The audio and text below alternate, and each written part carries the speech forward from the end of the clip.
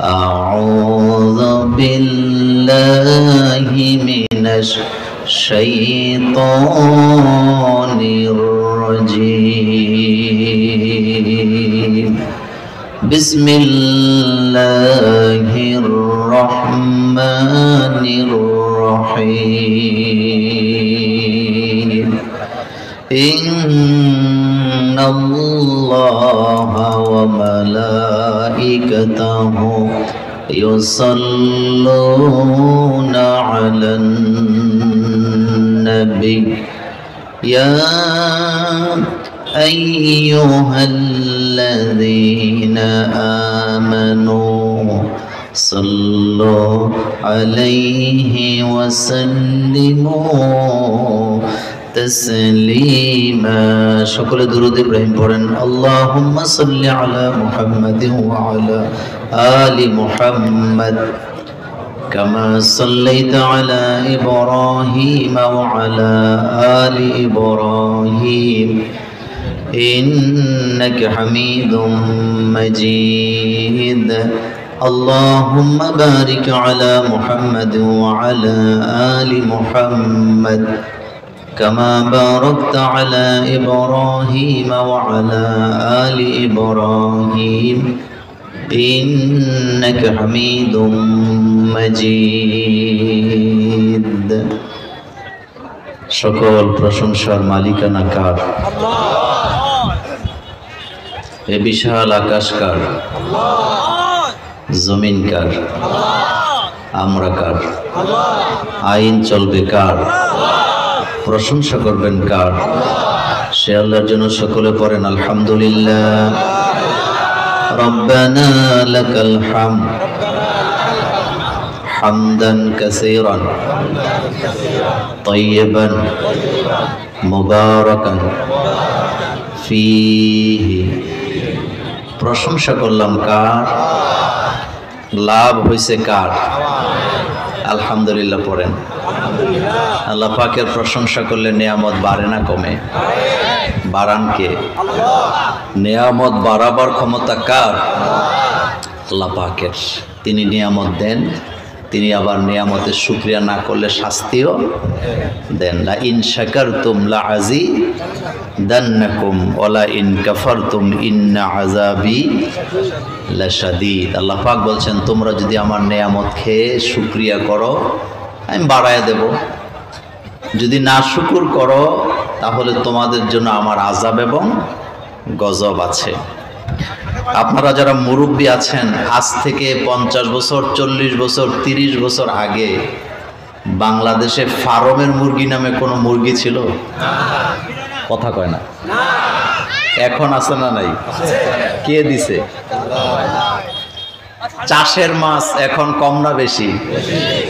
আপনি যেখানে যাবেন আগে কিন্তু জিজ্ঞেস করা হইতো না, এখন বলা হয় দেশি না ফার্মের। ফার্মে কিন্তু বাংলাদেশের, কথা ঠিক কি না? কিন্তু আল্লাহ পাক বলছেন তোমরা যদি কুফরি করো আমি তোমাদের উপরে গজব আর আযাব ঢেলে দেব। সে আল্লাহ পাক আমাদের রিজিক দেন, তিনি আমাদেরকে লালন পালন করেন, সেজন্য আমরা সব সময় তার প্রশংসা করি।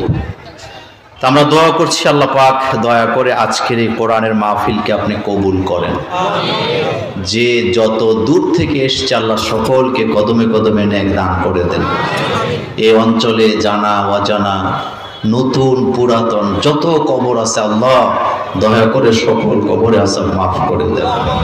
আল্লাহ আমার মা বোনদের জীবনের গুনাহ ক্ষমা করে দেন। আয় আল্লাহ আজকের এই প্রোগ্রামে তোমার যত বান্দা বান্দি আছে ঋণগ্রস্ত আল্লাহ তাদেরকে ঋণ থেকে মুক্ত করো। যার যত বিপদ আছে আল্লাহ বিপদ থেকে সকলকে উদ্ধার করো। আমি আজকে আপনাদের সামনে ছোট্ট একটি সূরা থেকে কথা বলবো ইনশাআল্লাহ। লা ইলমা লানা ইল্লা মা আল্লামতানা। আমাদের কাছে কোনো জ্ঞানই নাই, আমরা জ্ঞান পাই কার কাছ থেকে? আল্লাহ পাকের কাছ থেকে। দেখেন এই পৃথিবীতে কোরআন যারা পেয়েছেন তারা হচ্ছেন ভাগ্যবান জাতি। আমি আপনাদেরকে একটি তথ্য দিয়ে আমার আলোচনাটা শুরু করতে চাই, আজকে কোনো ভূমিকা দেব না। আমেরিকার ইউনিভার্সিটির 17 জন পিএইচডি হোল্ডার, ডক্টরেট করা প্রফেসর তারা পৃথিবীর 151টি রাষ্ট্রের 2 লক্ষ মানুষের উপর একটা গবেষণা করেছিলেন যে পৃথিবীতে সবচেয়ে সুখী আছে কোন দেশগুলো আর সবচেয়ে সুখী কারা। বিশাল গবেষণা, তাদের প্রায় 17 মাস তারা এই নিয়ে গবেষণা করেছেন। সেখানে তারা রেজাল্টে বলেছেন এই পৃথিবীতে যত রাষ্ট্র আছে সবচেয়ে সুখী রাষ্ট্র হলো মুসলিম রাষ্ট্রগুলো। আলহামদুলিল্লাহ বলবেন না? দ্বিতীয় কলমে তারা বলেছেন পৃথিবীতে যত ধর্ম আছে 4500-এর উপরে ধর্ম, তার ভিতরে সবচেয়ে সুখে আছে ইসলাম ধর্মের লোকেরা। তৃতীয় কলমে তারা লিখেছেন যে মুসলমানরা সবচেয়ে বেশি সুখী হওয়ার সবচেয়ে বড় কারণ হচ্ছে মুসলিম এমন একটা জাতি, তাদের উপরে যত বিপদ আসে, যত মুসিবত আছে, তারা একটা কথাই বলে, আল্লাহ যা করছে আমার ভালোর জন্যই করেছে। তারা বলেছেন মুসলমানেরা তাকদীরের উপরে বিশ্বাস করে, ওয়াল কদরি খাইরিহি ওয়া শাররিহি মিনাল্লাহি তাআলা। পৃথিবীতে যত জাতি আছে বিপদে পড়লে হতাশ হয়ে যায়, ডিপ্রেশনে চলে যায়, একটাই কারণ তাদের হতাশার কথা বলার জায়গা নাই। কিন্তু শুধুমাত্র মুসলমানেরা বিশ্বাস করে যা ঘটে আল্লাহর পক্ষ থেকে আসে। তারা এটাও বিশ্বাস করে আমার আল্লাহ যা করেছেন আমার ভালোর জন্যই করেছেন। এই কথাটা বিশ্বাস করার কারণে তাদের হৃদয়ের ভিতরে ডিপ্রেশন আঘাত করতে পারে না। এই কারণেই মুসলমানেরা সবচেয়ে বেশি সুখী। এই কথা সত্য না মিথ্যা? সত্য। আমাদের যখন ছোট্ট বিপদ আসে তখন আমরা বলি আল্লাহ তো বড় বিপদ থেকে বাঁচায় দিয়েছেন। অনেক বড় বিপদও যখন আসে আমরা বলি আমার আল্লাহ যা পছন্দ করছেন আমার জন্য সেটাই করেছেন, হতাশ হওয়ার কোনো কারণ নেই। আমরা যখনই বিপদে পড়ে যাই আমরা দ্বারস্থ হই কার কাছে? আমাদের নবী, আমাদের নেতা সাইয়েদনা ইউনূস আলাইহিস সালাম বিপদে পড়েছিলেন। দুনিয়ার কারো কাছে তিনি সাহায্য চান নাই, তিনি ডাইরেক্ট আল্লাহর কাছে বললেন লা ইলাহা ইল্লা আনতা সুবহানাকা ইন্নী কুনতু মিনাজ জালিমিন। ইন্নী কুনতু মিনাজ জালিমিন। বিপদে পড়ছি আমি, ক্ষমা চাই কার কাছে? আরো জোরে বলেন কার কাছে? আমার কলিজার ভাইয়ারা, রাসূল করিম সাল্লাল্লাহু আলাইহি ওয়াসাল্লাম হাদিসের বর্ণনায় বলেছেন বিপদে পড়বে যারা, দোয়া ইউনুস পড়বে তারা। কিন্তু আমাদের বাংলাদেশে ঘটনা ভিন্ন। বিপদে পড়ে মসজিদের সভাপতি আর চেয়ারম্যান সাহেব, আর মসজিদের বারান্দায় বসে দোয়া ইউনুস পড়ে ইমাম সাহেবরা। এমন ঘটনা আপনাদের দিনাজপুরে না।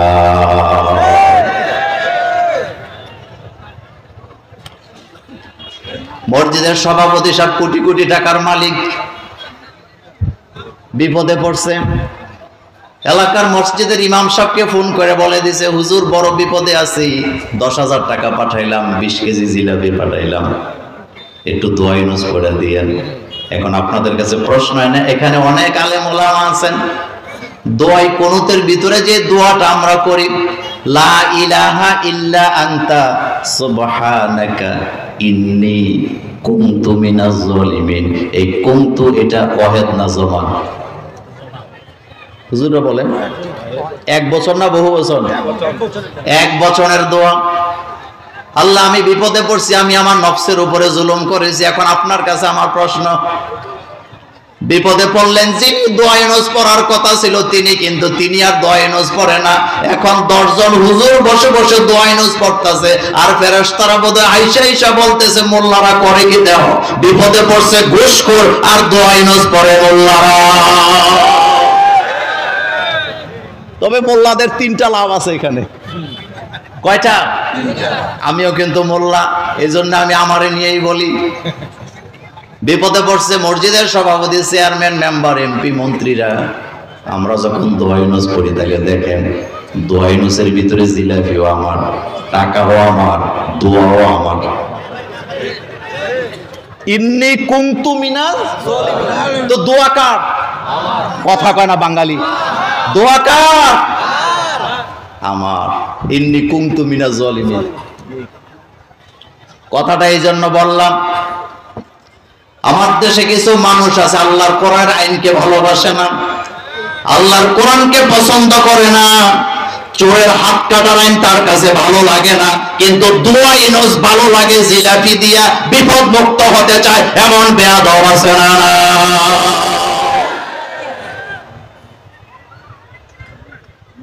বিপদে পড়লে সাহায্য চাই কার কাছে? ভরসা কার কাছে? এই পয়েন্টে কথা শেষ। 2 নম্বর কথা, 5 আগস্ট আপনারা বলেন বাংলাদেশ স্বাধীন হয়ে গেছে, অনেক মসজিদের খতিব সাহেব তার বক্তৃতার ভাষা বদলায় ফেলাইছে। কথা ঠিক না? অনেক বক্তাও ভাষা চেঞ্জ করে ফেলাইছে, খালি লাফায় বক্তা। জিজ্ঞেস করলাম ভাইজান এত লাফান কেন?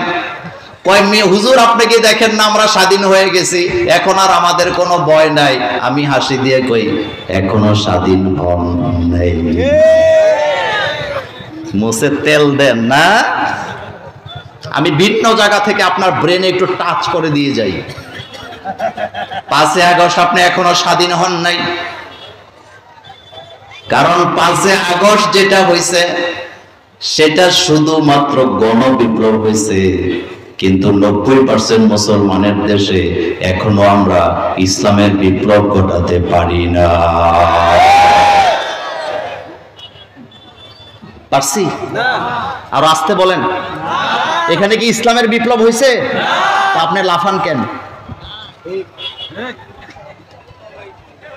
5 তারিখে বিজয় হলো, যদি আপনি এটাকে বিজয় বলেন আমার কোনো অসুবিধা নেই, কিন্তু আল্লাহ কোরআনে বলেছেন আমার মুমিনরা যখন বিজয় লাভ করে তারা 3টা কাজ করে।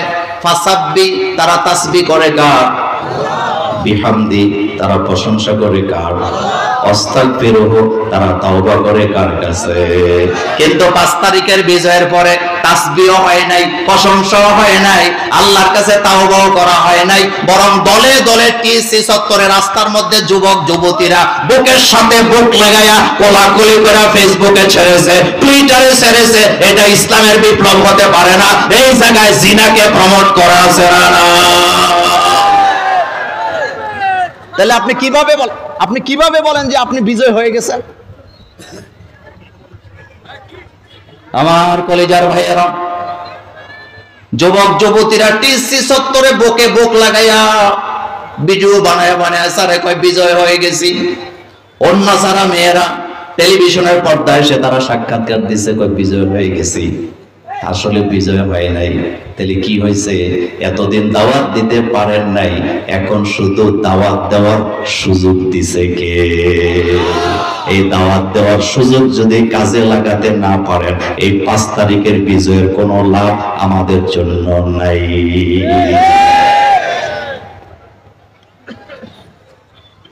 গত 16টা বছর আমরা সাহিত্য নিয়ে ঘুরতে পারি নাই, তাফসীরের কিতাব নিয়ে মানুষের ঘরে যেতে পারি নাই, প্রকাশ্য ইসলামী আন্দোলনের মিছিল মিটিং করতে পারি নাই। এখন আল্লাহ সুযোগ দিয়েছেন, এখন আর ঘরে বসে থাকা যাবে না। আর আপনি কি করতেছেন? ঘরে বসে বসে ফেসবুকে লিখতেছেন বিজয় হয়ে গেছে, গোড়ার ডিম হইছেন।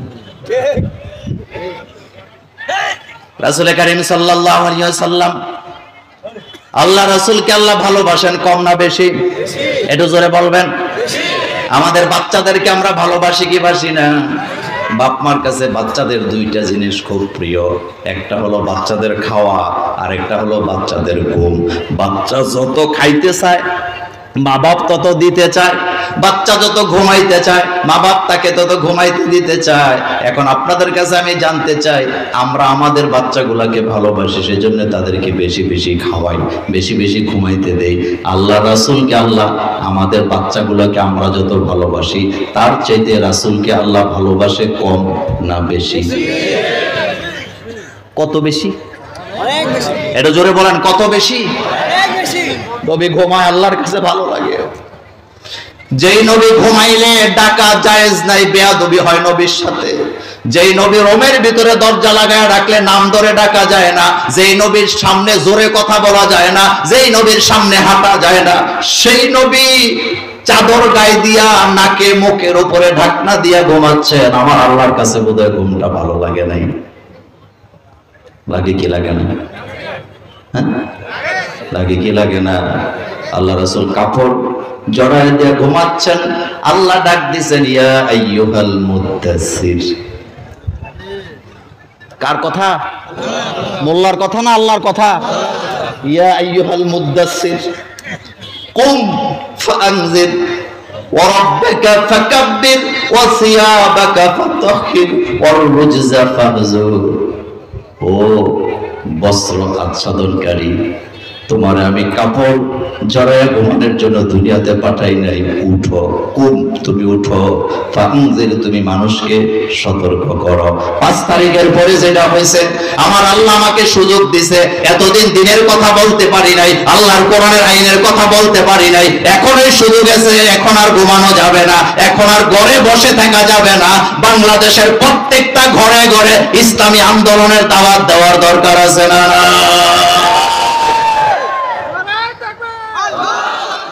আপনি ঘরের ভিতরে বসে বসে মুছে তেল দিতেছেন, বিজয়ের স্বপ্ন দেখতেছেন মিয়া। আল্লাহ রাসূলকে আল্লাহ বলছেন ইয়া আইয়ুহাল মুদ্দাসসির, ও নবী আপনি উঠেন, ফাআনজির আপনি মানুষকে সতর্ক করেন, কারণ মানুষগুলো জাহান্নামের দিকে যাচ্ছে। ওয়া রাব্বাকা ফাকাব্বির, আপনি তাকবীর দেন কার নামে? রবের নামে। আর জোরে বলেন, আমার কথায় কেউ কষ্ট পাইয়েন না। আল্লাহর নবীকে আল্লাহ বলতেছেন ওয়া রাব্বাকা ফাকাব্বির, নবী আপনি আল্লাহর নামে তাকবীর দেন, আল্লাহর বরত্ব প্রমাণ করেন, প্রকাশ করেন। আর গত 16টা বছর মাহফিলের ভিতরে নারায়ে তাকবীর, লিল্লাহে তাকবীরের স্লোগান দিলে একদল নেতা চোখ মুখ লাল হয়ে যেত, এমন নেতাও বাংলাদেশে আছে না? লিল্লাহে তাকবীর, নারায়ে তাকবীর, এটা কি কোনো দলের তাকবীর? না। এই তাকবীর দিতে বলেছেন কে? আল্লাহ পাক বলছেন অরব্বাকা ফাকাব্বির, আল্লাহ হে নবী আপনি তাকবীর দেন কার নামে? নেতার নামে না আল্লাহর নামে? আল্লাহর নামে তাকবীর দেন। ওয়াসিয়াবাকা ফাতাহির, আপনি আপনার কাপড় চোপড় পরিষ্কার করেন। অর রুজজা ফাহজুরের অর্থ অনেক।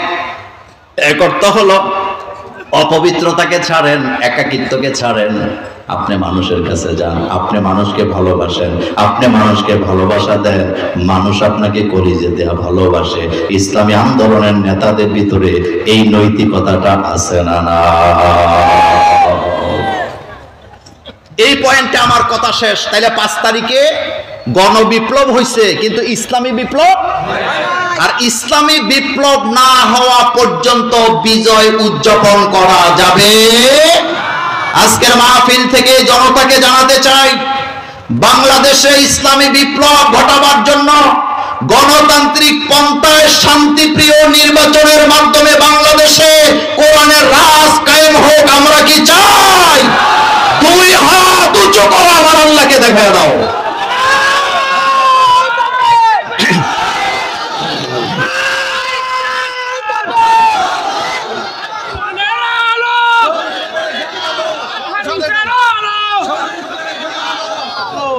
আল্লাহ যেন কবুল করেন, আমরা বলি আমিন। তাহলে 5 তারিখে বিজয় হয়েছে, মুছে তেল দিয়েন না, এই কথা বাদ। এরপরে সামনের দিকে যান, আমার সামনে কোরআন। বলেন কি? এই পৃথিবীতে কোরআন একটি বিস্ময়কর কিতাব।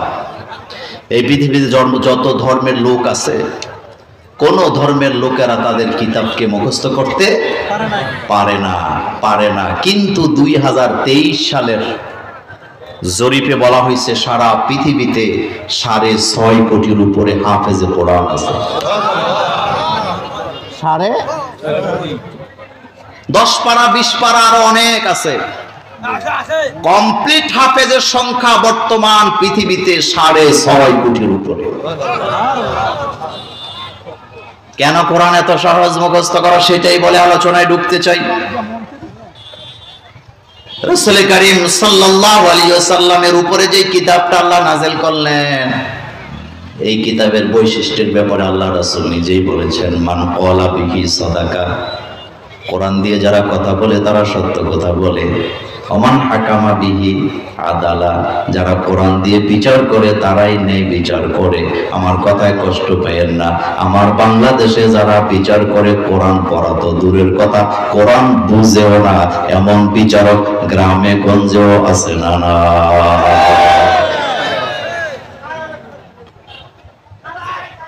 আম্মা জান আয়েশা সিদ্দিকা রাদিয়াল্লাহু তাআলা আনহা বলেন, বুখারীর বর্ণনা, রাসূলের উপরে কোরআন নাযিল হচ্ছেন, আমরা দেখতাম রাসূল ঘামতেছে, কপাল ঘেমে গেছে, গাল ঘেমে গেছে। আমি জিজ্ঞেস করলাম, হুজুর আপনি ঘামেন কেন? আল্লাহ রাসূল জবাব দিলেন, আয়েশা আমার উপরে কোরআন নাযিল হয়, টেনশনে পড়ে যায়, কোরআন ভুলে যাই নাকি, কোন অক্ষর হারায় যায় নাকি। আল্লাহ নবী জিহ্বাকে খুব বেশি উড়াচ্ছেন নাড়াচ্ছেন কোরআন মুখস্থ করার জন্য। আল্লাহ রাসূলকে আল্লাহ জানায় দিলেন, লা তুহাররিক বিহি লিসানাকা লিতাআজালা বি, হাবিব কোরআন মুখস্থ করার জন্য জিহ্বা এত নাড়াচাড়া করতে হবে না, আপনাকে পেরেশানি করতে হবে না। আমার জিবরাইল আপনাকে একবার কোরআন তেলাওয়াত করে শোনায় দিবে, আপনি একবার তেলাওয়াত করবেন, আপনার কলিজার ভিতরে পুরা কোরআন আমি জমায়ে দেব। ক্যাডেট স্কুল, ক্যাডেট আছে না? কথা কন না কেন? ক্যাডেট স্কুলে পড়ে, প্রাইভেট স্কুলে পড়ে, ভর্তি ফিস 3 লাখ টাকা, মাসিক বেতন 50,000 টাকা। সকালবেলা খাসির গোস্ত দিয়ে কাচ্চি খায়, দুপুর বেলা গরুর গোস্তের বিরিয়ানি খায়, রাতের বেলা মুরগির রান খায়।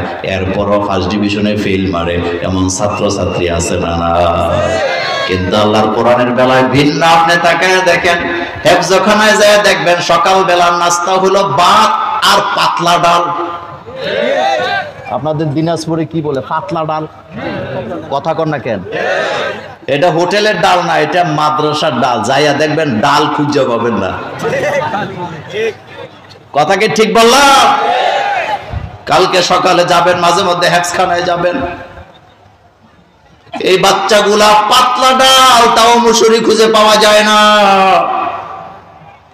পানির মতো ডাল দিয়া আলুর ভর্তা দিয়া সকালবেলা ভাত খায়।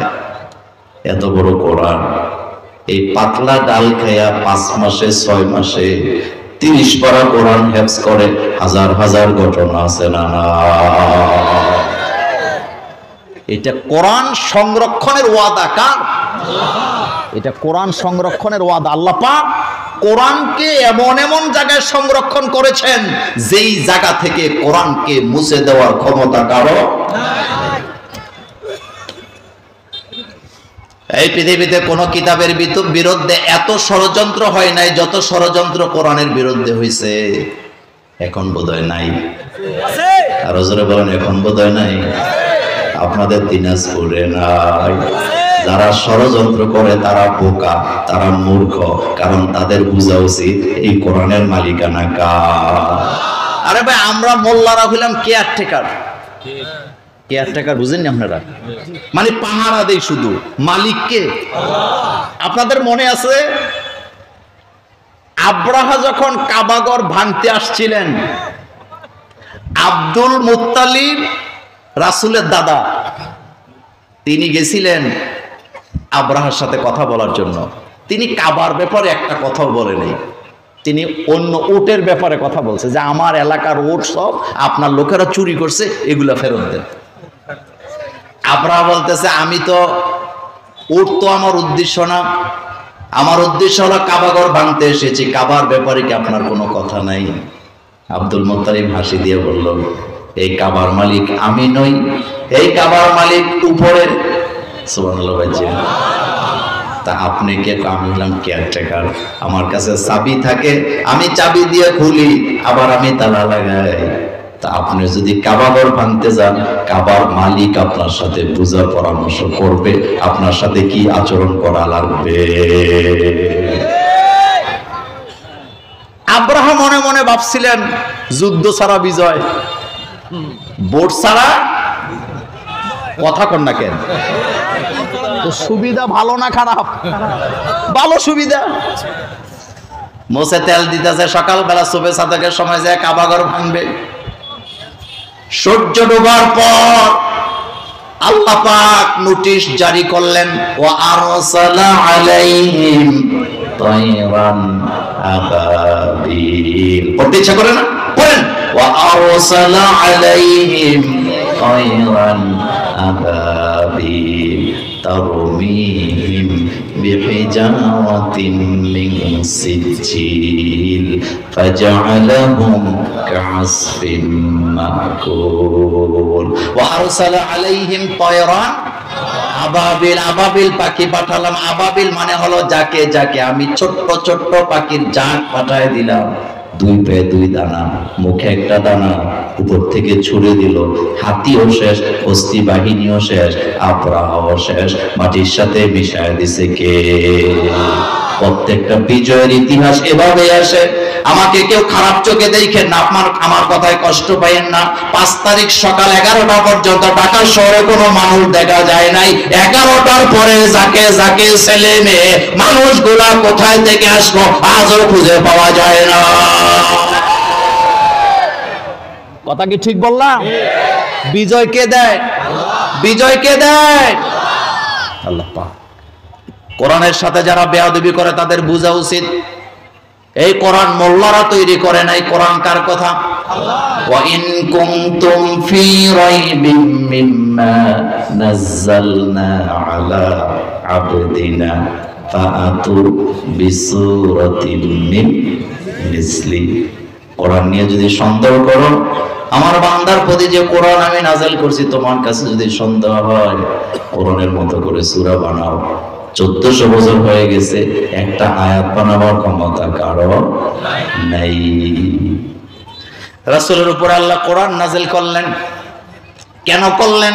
আল্লাহ নিজে বলছেন, আলিফ লাম র কিতাবুন আনজালনাহু ইলাইকা লিতুখরিজান নাসা মিনাজ যুলুমাতি ইলান নূর।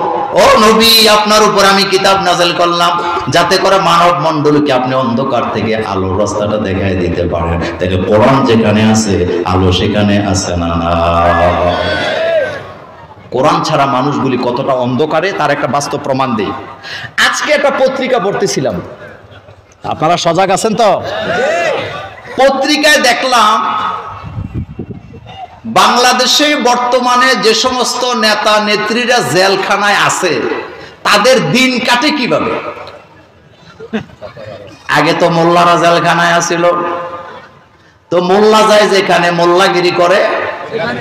আমাদের ঢাকা কুমিল্লায় ঢেকি বলি, যেটা দিয়ে ধান বানে। আপনারা কি বলেন? আমাদের এলাকায় একটা কথা প্রবাদ বাক্য আছে, ডেকি স্বর্গে গেলেও। আপনাদের এলাকায় বলে? আচ্ছা একটু বলেন, ডেকি স্বর্গে গেলে কি করে?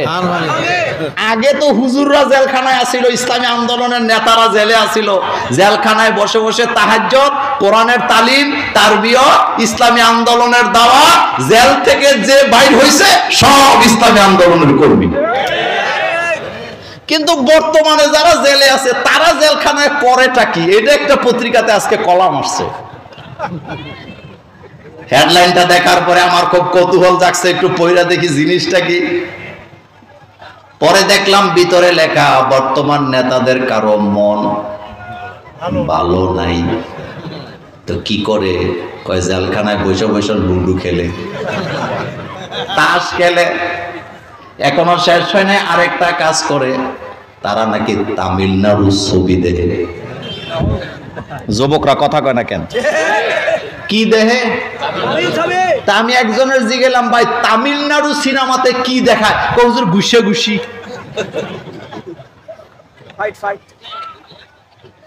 অনেক দূরে আসছি তো, এজন্য খুব বেশি কথা বলবো না, তবে একটা কথাই বলবো, যাদের রক্তে ঘুষে ঘুষি তারা তো ঘুষে ঘুষি দেখবে। আচ্ছা আপনাদের কাছে জানতে চাই, আল্লাহ যে জেলখানায় নিলেন, আল্লাহ একটা সুযোগ দিছে না? এখন ইবাদত করার সুযোগ দিছে কিনা? অনেক আলেম জেলখানায় থেকে থেকে হাফেজে কোরআন হয়েছেন। আপনাদের মনে আছে হযরত ইউসুফ আলাইহিস সালাম? হযরত ইউসুফ আলাইহিস সালামকে যখন জেলখানায় ঢুকানো হচ্ছিল, ইউসুফ আলাইহিস সালাম জেলখানার গেটের দিকে তাকায় বলতেছিলেন, আল্লাহ আমি বুঝে গেছি তুমি আমার জন্য জেলখানাটা পছন্দ করছো, তবে জেলে ঢুকে আমি বসে থাকবো না, এমন কোন আসামি থাকবে না যাদের কাছে আমি তাওহীদের দাওয়াত দেব না।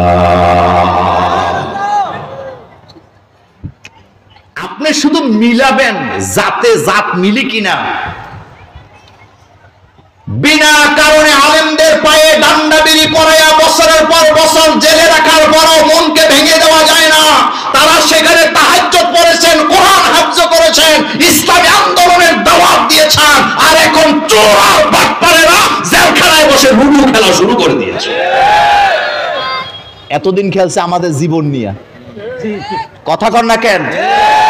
এতদিন খেলছে আমাদের জীবন নিয়ে, আমাদের কোরআন নিয়ে, আমাদের অর্থনীতি নিয়ে, আমাদের সমাজনীতি নিয়ে, আমাদের পররাষ্ট্রনীতি নিয়ে। তো আজকে আমি কোরআনুল কারীমের সর্বশেষ সূরা থেকে 6 আয়াতের 3টি আয়াতের কথা বলে আমি মুনাজাত দেব আপনাদেরকে নিয়ে ইনশাআল্লাহ। লা ইলমা লানা ইল্লা মা আল্লামতানা, আমাদের কাছে কোনো জ্ঞানই নাই। আমরা জ্ঞান পাই কার কাছ থেকে? বলেন রব্বি জিদনি ইলমা।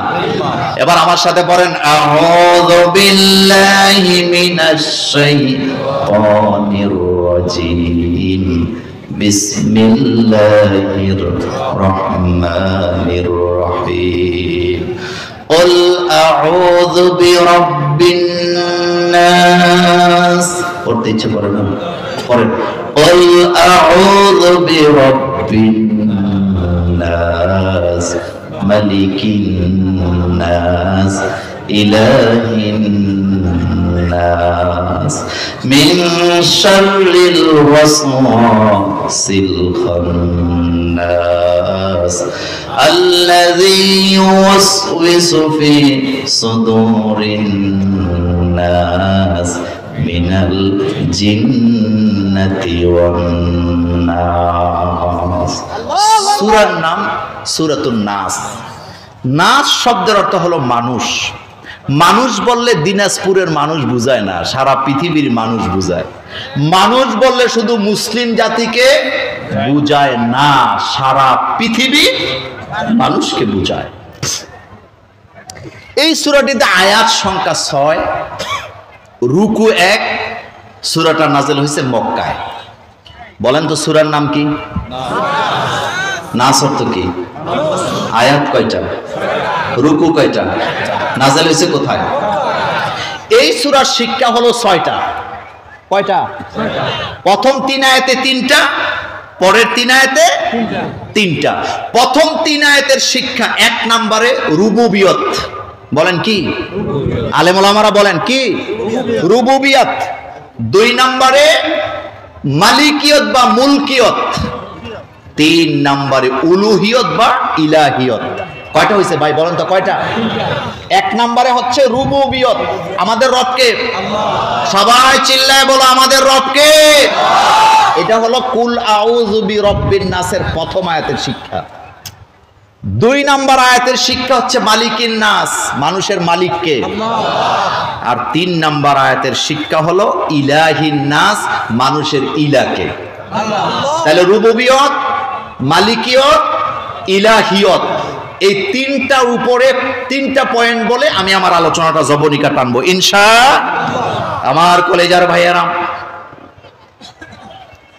এই সূরাটির মর্যাদার ব্যাপারে আসছে রাসূল করিম সাল্লাল্লাহু আলাইহি ওয়াসাল্লাম একদিন নামাজ আদায় করছিলেন, বিষাক্ত বিচ্ছু এসে রাসূলের পা মোবারকে কামড় দিয়ে দিল। আল্লাহ রাসূল নামাজ শেষ করে বললেন, যাও আমার জন্য লবণ আর পানি নিয়ে আসো। লবণ আর পানি আনা হলো। রাসূল সূরা নাস তেলাওয়াত করলেন, ফালাক তেলাওয়াত করলেন, পানিতে ফু দিয়া ওই কামড় দেওয়ার জায়গায় লাগায়া দিলেন। আল্লাহ রাসূল বলেন, কোরআনের বরকতে আল্লাহ আমাকে মাফ করেছে, আল্লাহ আমাকে শেফা দিয়ে দিছে। এই কোরআনের শেফা আছে না নাই? আচ্ছা, আপনাদের এই জেলার নাম কি? একটু জোরে বলেন। আপনাদের এলাকায় কবিরাজ আছে? কথা কন না কেন? কবিরাজে কি দেয়?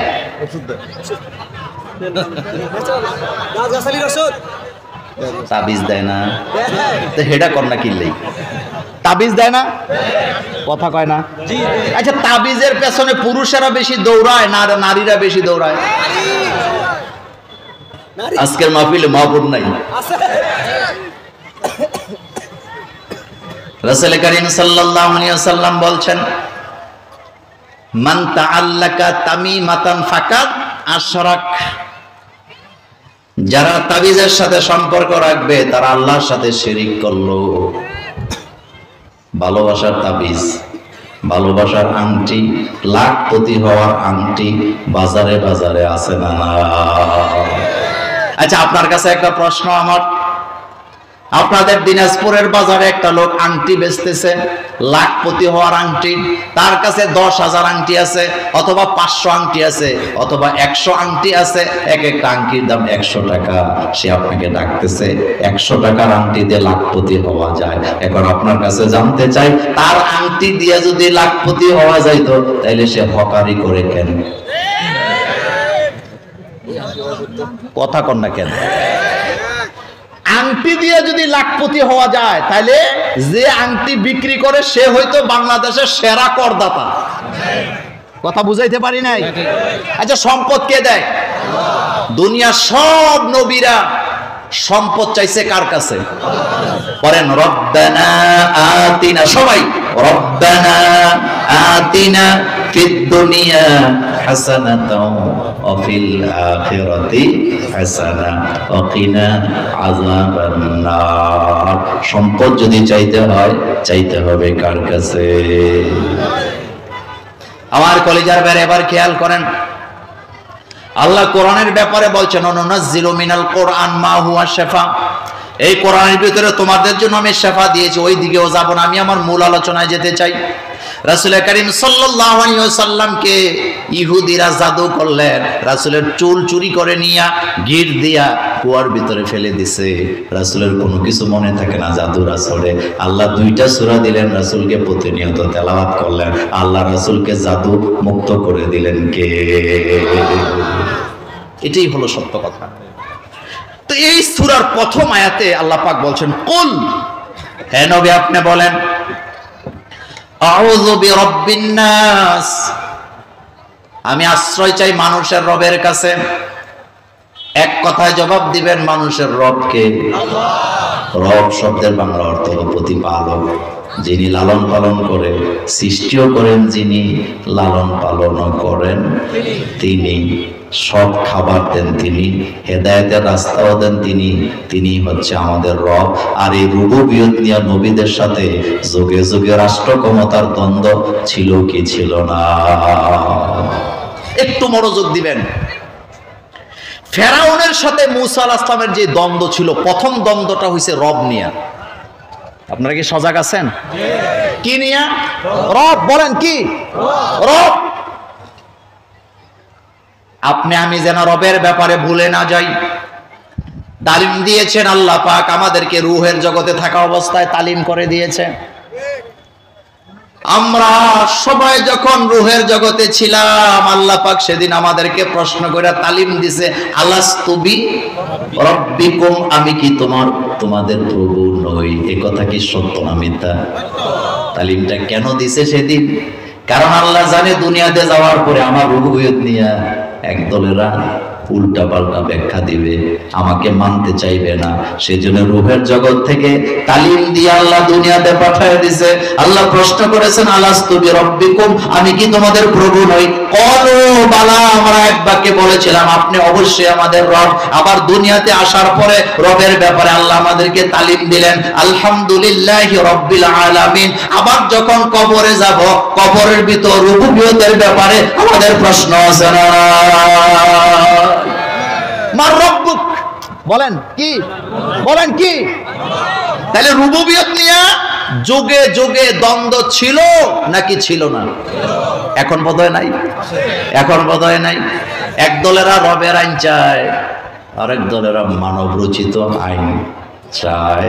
যারা রবের আইন চায় তারা রবের উপরে, রবের প্রতি ভরসা করে, আস্থা রাখে, বিশ্বাস রাখে।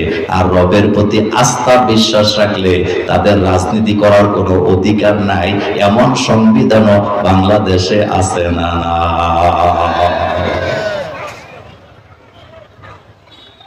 হযরত মুসা আলাইহিস সালাম যখন ফেরাউনের কাছে দাওয়াত নিয়ে গেলেন, ফেরাউন অহংকারী ছিল, অহংকার নিয়ে কথা বলতো। ফেরাউন কারো দিকে তাকাতো না। ফেরাউন মনে করতো আমি যা বলি তাই হয়। এবার আল্লাহ পাক ফেরাউনকে বলতেছে, মুসা আলাইহিস সালামের মাধ্যমে ফেরাউনকে তালিম দিচ্ছেন আল্লাহ পাক। মুসা আলাইহিস সালাম বলতেছে, ও ফেরাউন, এত লাফায়ও না, এত অহংকার করো না। মিনহা খলাকনাকুম, এই দোয়া আপনারা পারেন? হ্যাঁ পরেন, মিনহা খলাকনাকুম ওয়া ফিহা নুঈদুকুম ওয়া মিনহা নুখরিজুকুম তারাতান উখরা। ও কলিজার ভাইরা, ফেরাউন অহংকার করার পরে এই আয়াত সর্বপ্রথম মুসা আলাইহিস সালাম ফেরাউনের সামনে তেলাওয়াত করে শোনায় দিলেন, মিনহা খলাকনাকুম, ও ফেরাউন এত অহংকার করো না, এই মাটি থেকে তোমাকে সৃষ্টি করা হয়েছে। ওয়া ফিহা নুঈদুকুম, এই মাটিতে তোমাকে পুঁতে দেওয়া হবে। ওয়া মিনহা নুখরিজুকুম তারাতান উখরা, এই মাটি থেকে তোমাকে আবার জীবিত করে আল্লাহর সামনে দাঁড়া করায় আসামি হিসাবে তোমার হিসাব নেওয়া লাগবে। এই চিন্তা যদি মাথায় থাকতো, জীবনে কোনোদিন আল্লাহর আইনের বিরোধিতা করতে পারতাম না। আচ্ছা, কবরে যাওয়া লাগবে তো? কবে যাবেন? কবে যাবেন? এই চিন্তা যদি মাথায় থাকতো, জীবনে কোনোদিন অহংকার করতে পারতেন না। নামাজ না পড়ে থাকতে, আহারে মসজিদে আজান হয়, মসজিদের সামনে দিয়া গাড়িটা চালায়া চলে যায়, আল্লাহকে সেজদা দেওয়ার জন্য মসজিদেও ঢুকে না। এমন নাফরমান আমাদের দিনাজপুরে নাই। এটা গল্প বলি, এটা হাদিস না। ড্রাইভার আর মালিক গাড়ি চালায়া যাচ্ছে, খুব মনোযোগ দিয়ে শুনবেন। মসজিদের কাছে যখন গেছে, একামত চলতেছে, ড্রাইভার গাড়িটা সাইড করে বলতেছে, স্যার একামত হয়ে গেছে, জামাত ছাড়া নামাজ পড়লে শান্তি পাই না, আপনি দাঁড়ান, আমি নামাজটা পড়ে আসি। কারণ মালিক তো নামাজ পড়ে না। মালিক কয়, তাড়াতাড়ি আইস, আমার জরুরি কাজ আছে। ড্রাইভার ভিতরে ঢুকছে, নামাজের সালাম ফিরাইছে, ফিরে তাসবিহ পড়তেছে, সুবহানাল্লাহ, আলহামদুলিল্লাহ, আল্লাহু আকবার। একটু দেরি হয়ে গেছে, গাড়িতে যখন আসছে, মালিকের চোখ বড় হয়ে গেছে, ছানা বড় হয়ে গেছে। মালিক বলতেছে, এত দেরি করলি কেন? আমার জরুরি কাজ আছে। এবার ড্রাইভার বলতেছে, স্যার একটা কথা বলি, আপনি মনে কষ্ট নিয়েন না। কয়, কি কথা? কয়, স্যার যেই ঘরটার ভিতরে ঢুকছিলাম, এই ঘরটার মালিক। আরো জোরে বলেন। ও স্যার, আপনি তো অনেক বড় ব্যবসায়ী। কয়, হ্যাঁ। স্যার, আপনি যাকে পছন্দ করেন না, আপনার ঘরে কি তারে ঢুকতে দেন? কয়, না, জীবনও দেই না, দেওয়ার তো প্রশ্নই আসে না। কথা কি শুনতেছেন? দেখেন কথাটা কি বলছে। স্যার, আপনি যাকে অপছন্দ করেন, আপনি কি তাকে আপনার ঘরে ঢুকতে দেন? মালিক কয়, প্রশ্নই আসে না, কেন ঢুকতে দেব? আমি তো তাকে পছন্দই করি না। এবার বলতেছে, স্যার এই ঘরটাও আল্লাহর।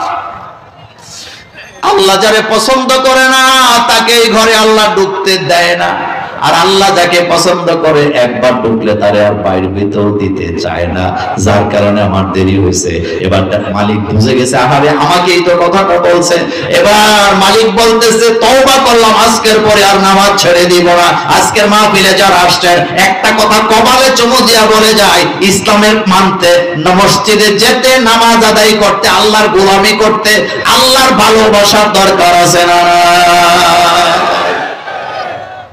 এই যে আপনার মাথায় টুপি, আপনার গালে দাড়ি, এই যে আপনি ইসলামী আন্দোলনের কর্মী, আপনি যে 5 ওয়াক্ত নামাজ জামাতে পড়েন, আপনার বিবিকে পর্দায় রাখেন, নিশ্চিত আল্লাহ আপনাকে ভালোবাসে এই সুযোগটা দিছে।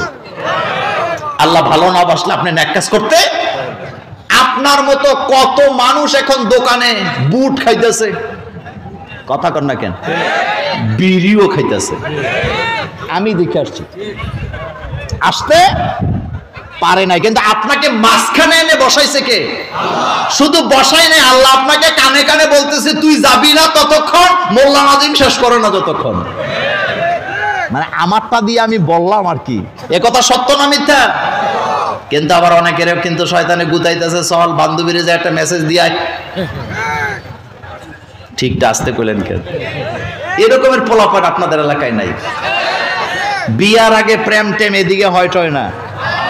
বিয়ার আগে প্রেম করা হালাল না হারাম? ওই ওয়াজ আজকে করব না, একটা বলে দিয়ে যাই। বিয়ার আগে প্রেম করবা যারা, নিশ্চিত সেকা খাইবা তারা। কথা কর না কেন? সেকা খায় যারা, ডিপ্রেশনে ভোগে তারা, ডিপ্রেশনে যায় যারা, নেশা করে তারা, আর নেশা করে যারা জীবন ধ্বংস করে তারা। আমরা তো সেই যুবক ছিলাম যারা টাকনুর উপরে কাপড় পরেছি, সারা জীবন তাহাজ্জুদের নামাজ আদায় করেছি, আমাদেরকে এসবে পায় না। কথা কন না কেন?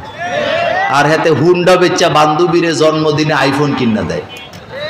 হাতের ফুজিয়া ছিল হুন্ডা, এটাও কি এরকমের যুবক আজকের মাহফিলে দুই একটা নাই। এতে মাহফিলে বইয়া বান্ধবীরে মেসেজ দেয় আইতেছি একটু পরে। চলবে না, প্রেম করতে হবে কার সাথে? ভালোবাসা কার জন্য? সেদিকে গেলাম না, আমি কথা বলতেছিলাম আল্লাহ যদি তৌফিক না দেয় এখানে আসার কোনো সুযোগ নাই। আমার কলেজার যুবকেরা শুনে রাখো, সেই মূসা আলাইহিস সালামের সাথে ফেরাউনের দ্বন্দ্ব ছিল রব নিয়া। ফেরাউন মাথা গরম করে বলতেছে ফামান রব্বুকুমা ইয়া মূসা, ও মূসা তোমাদের দুইজনের রবকে? মূসা আলাইহিস সালাম তো একা ছিলেন না, হারুন আলাইহিস সালামও সাথে ছিলেন। প্রশ্ন করতেছে ফামান রব্বুকুমা ইয়া মূসা, ও মূসা তোমাদের দুইজনের রবকে? তিনি জবাব দিলেন রব্বুনাল্লাযী আতা কুল্লা শাইইন খালকাহু সুম্মা হাদা, আমাদের রব তিনি যিনি আমাদেরকে সৃষ্টি করেছেন, আমাদেরকে হেদায়েত দান করেছেন। আমার কলিজার ভাইয়েরা, বাংলাদেশে ইদানিং কিছু মানুষ বাইর হইছে, হাইটা হাইটা কয় হুজুররা ঠিক নাই, যার কারণে ওয়াজে তাসির হয় না, হেদায়েত হয় না। এই কথা বলা কুফরি, এই কথা বলা কুফরি। কারণ হেদায়েতের মালিক আল্লাহ, হুজুরদেরকে বানায় নাই। হেদায়েতের চাবি কার কাছে? একটু জোরে বলেন, হেদায়েত কে দেয়?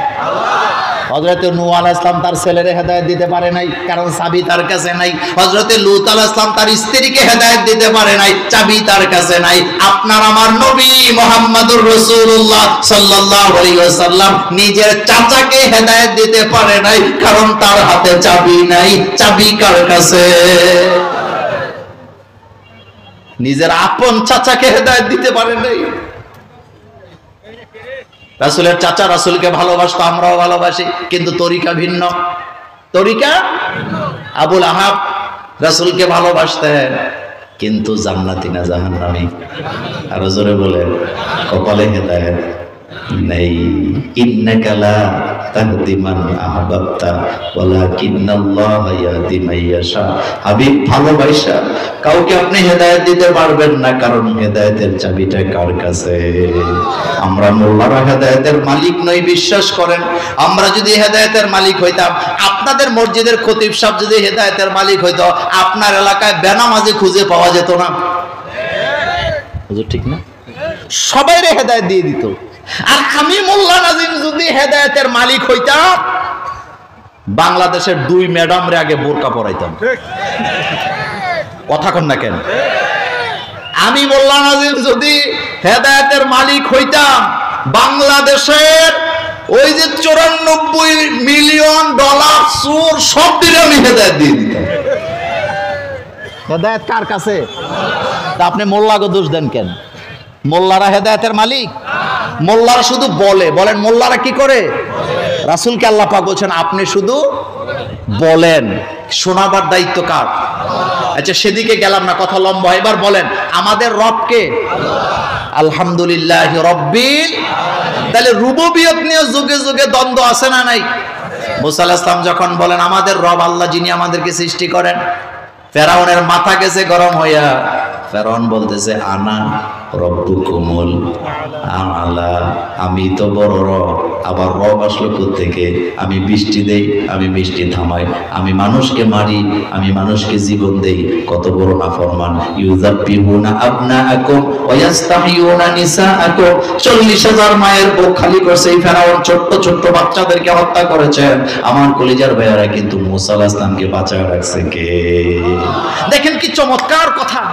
মূসা আলাইহিস সালামকে আল্লাহ পাক বলতেছেন ফাআওহাইনা ইলা উম্মিকা মা ইউহা। ও মূসা, আমি তোমার মায়ের কাছে ওহী পাঠাইছি। ওহী আসে নবীদের কাছে। বলেন ওহী আসে কার কাছে? আর এখানে আল্লাহ বলতেছেন মূসা তোমার মায়ের কাছে ওহী পাঠাইছি। সুবহানাল্লাহ, বাইজিয়ে কই না। কার কাছে? কার কাছে? কখন? অন্তিম সময়, যখন মূসাকে মেরে ফেলার জন্য গ্রাহ করছে বাড়িঘর। আল্লাহ ওহী নাযিল করে মূসার মাকে বলেছেন তোমার বাচ্চাকে তুমি বাক্সে ঢুকাও, সিন্ধুকে। ঢুকাবার পরে কাছে রাখবা না, নদীতে ফেলে দাও। সুবহানাল্লাহ বাইজে, কোথায় ফেলে দাও? রব কারে কয় দেখেন কিভাবে সংরক্ষণ করে, নদীতে ফেলে দাও। আল্লাহ বলেন, ও মুসা, তোমার মাকে আমি নিশ্চয়তা দিয়েছি, তুমি যদি তোমার বাচ্চাকে নদীতে ফেলে দাও, আমি এটা বাঁচায় রাখবো, আমি ঘুরাইয়া তোমার কোলে তোমার বাচ্চাটা আবার ফিরাইয়া দিব। কারণ সে তো ইসলামী আন্দোলনের কর্মী, তাকে তো দুনিয়া থেকে বিদায় করার ক্ষমতা কারো নেই। আমার কথায় কেউ রাজনীতি খুঁজেন না, কষ্ট পাইয়েন না। আল্লাহ কোরআনে বলছেন, লাইয়া দুররুকুম ইল্লা আযান। ও ইসলামী আন্দোলনের দলের কর্মীরা, বাতিল শক্তি তোমাদের সাময়িক কতদিন কষ্ট দিতে পারবে, তোমাদেরকে জেল দিতে পারবে, জরিমানা দিতে পারবে, কয়েকজনকে ফাঁসিতে লটকায়া দিতে পারবে, কিন্তু তারা তোমাদেরকে নিশ্চিন্ত করে দিতে পারবে না। এ ওয়াদা কার? এ ওয়াদা কার? লা ইয়াদুররুকুম ইল্লা আযান। আল্লাহ পাক বলেন, সাময়িক কষ্ট দিতে পারবে, আমার জমিন থেকে তোদেরকে তারা নিশ্চিন্ত করে দিতে পারবে না। পারছে নাকি? পারছে নাকি? মোসে তেল দিয়া বলেন, মোসে তেল দিয়া। এখন মনে মনে কয় কি করলাম, এখন মনে মনে কয়। আচ্ছা বলেন তো, সেনাবাহিনীর প্রধান সাংবাদিক সম্মেলনে আইসা প্রথম কার নাম কইছে? কথা কর না কেন? এটা আমরা বলে দিছি বলার জন্য। কাপে কাপে মিলায় নিবেন। আমার কলিজার ভাই, আমি তো মোল্লা, আমার মোল্লাগিরি করা আমার কাজ, কারণ আমি তো আল্লাহর দাওয়াত দিতে আপনাকে এসেছি। এই বাংলাদেশে যদি কোরআনের আইন কায়েম হতো, রবের আইন কায়েম হতো, চুরি কমতো কি কমতো না? সাদাবাজি কমতো কি কমতো না? একটা কথার জবাব দেন। আল্লাহ কোরআনে বলছেন, আস-সারিকু ওয়াস-সারিকাতু ফাকতাউ আইদিয়াহুমা। চোর যদি চুরি করে ধরা পড়ে, হোক সেটা পুরুষ হোক সেটা নারী, উভয়ের হাত কেটে দাও। আবার আরেক আয়াতে বলছে, আয-যানিয়াতু ওয়াজ-যানি ফাজলিদু কুল্লা ওয়াহিদিন মিনহুমা মিয়াতা জালদা। জিনা যদি করে, নারী হোক আর পুরুষ হোক, 100 ডোরা মারো। এখানে অনেক আলেম আছেন, আপনাদের কাছে একটা প্রশ্ন করি, সূরার আয়াত নাযিল করলেন আল্লাহ, মুযাক্কার আগে মুয়ান্নাস পরে, কিন্তু জিনার আয়াত নাযিল করলেন আল্লাহ, মুয়ান্নাস আগে মুযাক্কার পরে। চুরির আয়াতের সময় পুরুষের কথা বলেন আগে, নারীর কথা পরে। জিনার আয়াত নাযিল করলেন আল্লাহ, মহিলার কথা, নারীর কথা আগে, পুরুষের কথা পরে। এখানে একটা বিরাট বড় হিকমত আছে না? কথা কি বুঝেন আপনারা? আমার ভাষাকে বুঝেন? আস-সারিকু ওয়াস-সারিকাতু ফাকতাউ আইদিয়াহুমা। চোর যদি চুরি করে, পুরুষ হোক নারী হোক, উভয়ের হাত। এখানে পুরুষের কথা আগে না পরে? চুরির বেলা পুরুষ আগে, তার কারণ চুরিটা নারীদের চেয়ে পুরুষেরাই বেশি জানে। একটা সময় আপনাদের এলাকায় গড়ের নিচে দিয়া ছিদ্র কইরা যে চুরি করত, এরকমের চোর দিনাজপুরে ছিল না। এটা কি চোর বলে? শীত চোর। মাশাআল্লাহ, বলেন কি বলে? আচ্ছা, আপনাদের জীবনে কোনোদিন শুনছেন কোন মহিলা শীত চোর? কোন মহিলা গরু চোর? কারা করে? কারা করে? আচ্ছা, বাংলাদেশের টাকা দিয়া বেগম পাড়া বাড়ি বানাইছে, বাংলাদেশের টাকাগুলি চুরি করছে পুরুষেরা না নারীরা? আরো জোরে কর। পুরুষেরা নারীদের জন্য টাকা চুরি করে বেগম পাড়া বাড়ি বানাইছে। এই জন্য আল্লাহ পুরুষের কথাটা চুরির বেলা আগে বলছে। পুরুষেরা চুরিতে পারদর্শী, এই জন্য আল্লাহ বললেন, চোর যদি ধরা পড়ে, পুরুষ হোক নারী হোক, উভয়ের হাত কেটে দাও। কিন্তু জিনার বেলা নারীদের কথা আগে বললেন, তার কারণ হলো, যেই সমাজে নারীরা ইসলাম মানে পর্দা করে, সেই সমাজে জিনা খুঁজে পাওয়া যায় না। কারণ নারী ছাড়া জিনাকে সমাজে ছড়াবার ক্ষমতা শয়তানেরও। আমি আপনাদেরকে একটা গল্প শোনাই। একজন আগের দিনে বিচারকদেরকে বলা হইতো কাজী। কি বলা হইতো? কাজীর সামনে একজন আসামি এসে, একজন মহিলা এসে মামলা করছে। আমাদের দেশে মিথ্যা মামলা আছে না নাই? নারী দর্শনের মামলা মিথ্যা টিথ্যা নাই। আসতে কয় ভাইয়ে ভাইয়ে ঝগড়া লাগছে পুকুরের মাছ নিয়ে, মামলা দিছে নারী দর্শনের। কথা কন না কেন? এরকম মামলা নাই? আচ্ছা আছে। এবার শোনেন, কাজীর কাছে যে বিচার দিছে, মহিলা বলতেছে অমুক পুরুষ অমুক যুবক আমার সাথে জিনা করছে। তো ইসলামের আইনের বিচার হলো আসামি বাদী বিবাদী দুইজনের কথা সমান সমান শুনবেন আপনি। অর্থাৎ যিনি মামলা করছে তিনি যতক্ষণ কথা বলবে, আসামিও ততক্ষণ কথা বলবে। আর আমাদের বাংলাদেশের আইন হইল রায় দেওয়ার আগে আসামিরে জিজ্ঞেস করে আপনি দোষী না নির্দোষ। কথা কন না কেন? বলে না বলে না? আচ্ছা, মেয়ে বক্তব্য দিছে, ছেলে বক্তব্য দিছে মেয়ে। কাজী সাহেব দুইজনের কথা শুনে রায় দিছে। যুবককে বলছে তুমি 5 দিরহাম জরিমানা দিবা। কয় দিরহাম? 5 দিরহাম। যুবক বলতেছে স্যার, কাজী সাহেব আল্লাহর জাতের কসম করে বলে আমি ওই মহিলার চিনি না, আমি তার সাথে জিনাও করি নাই। এটা কি রায় দিলেন? কাজী মুস্কি এসে বললেন তোমার বিরুদ্ধে যদি মিথ্যা রায় হয়ে থাকে, মামলা যদি মিথ্যা হয়ে থাকে, তোমার রব তোমাকে উত্তম সাজা দিবে। সুবহানাল্লাহ ভাই, জি কি দিবে? উত্তম সাজা। যুবককে আপনি রায় দিছেন, টাকা দিয়ে দিলাম, ইজ্জত বাঁচানো ফরজ। 5 দিরহাম দিয়ে যুবক দাঁড়ায় আছে। কাজী বলতেছে মহিলাকে তুমি আগে চলে যাও। মহিলা এজলাস থেকে বের হইয়া মনে মনে ভাবতেছে এই রকমের মামলা যদি মাসে 1-2টা করা যায় সংসার খরচটা চলবে। এরকমের মামলা এরকমের সাক্ষী আমার বাংলাদেশে ছিল না। আরো আস্তে কোন কেউ শুনবো, ছিল না। আচ্ছা, এখন মহিলা খুব আনন্দের সাথে যাচ্ছে 5 দিরহাম একটু পরপর দেখে। একটু যাওয়ার পরে বিচারপতি ওই যুবককে বলতেছে তুমি যাও, যাইয়া ওই মহিলার হাত থেকে 5 দিরহাম ছিনাইয়া নিয়ে নাও। ছিনাইয়া, আপনারা কি বলেন? ছিনিয়ে নাও, হ্যাঁ, কেড়ে নাও।